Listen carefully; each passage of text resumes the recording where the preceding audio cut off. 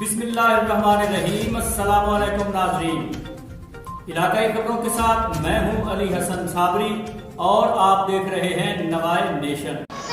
رخ کریں گے تانگلیا والا کے نواحی علاقہ 455 گاہ کنجوانی کا، جہاں جشن شہنشاہ دو جہاں حضرت محمد صلی اللہ علیہ وآلہ وسلم اور عرس مبارک پیران کلیر حضرت علی احمد صابر پیا مذہبی عقیدت و احترام کے ساتھ منایا گیا۔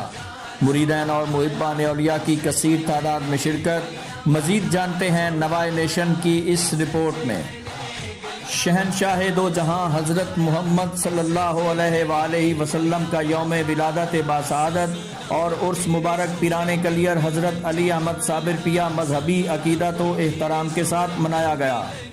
جشن و عرس کی ایک روزہ تقریبات کا آغاز 12 ربیع الاول آستانہ عالیہ صابریہ چشتیہ پر قرآن پاک کی تلاوت سے کیا گیا۔ معروف روحانی شخصیت حضرت پیر نجم الحسن چشتی صابری کی زیر صدارت محفل نعت اور محفل سماع کا انعقاد کیا گیا، جس میں علاقہ بھر کی مذہبی، سیاسی اور سماجی شخصیات کے علاوہ مریدین کی کثیر تعداد نے شرکت کی۔ اس موقع پر آستانہ عالیہ صابریہ کو سرکار کی آمد کی خوشی میں دلہن کی طرح سجایا گیا تھا۔ محفل نعت و محفل سماع میں ملک کے نامور نعت خوانوں اور قوالوں نے آقا نعمت کی بارگاہ میں اپنے اپنے انداز میں ہدیہ عقیدت و محبت پیش کیا۔ دن کا اختتام ملک میں امن و سلامتی اور بھائی چارے کے فروغ کے لیے خصوصی دعاؤں سے ہوا۔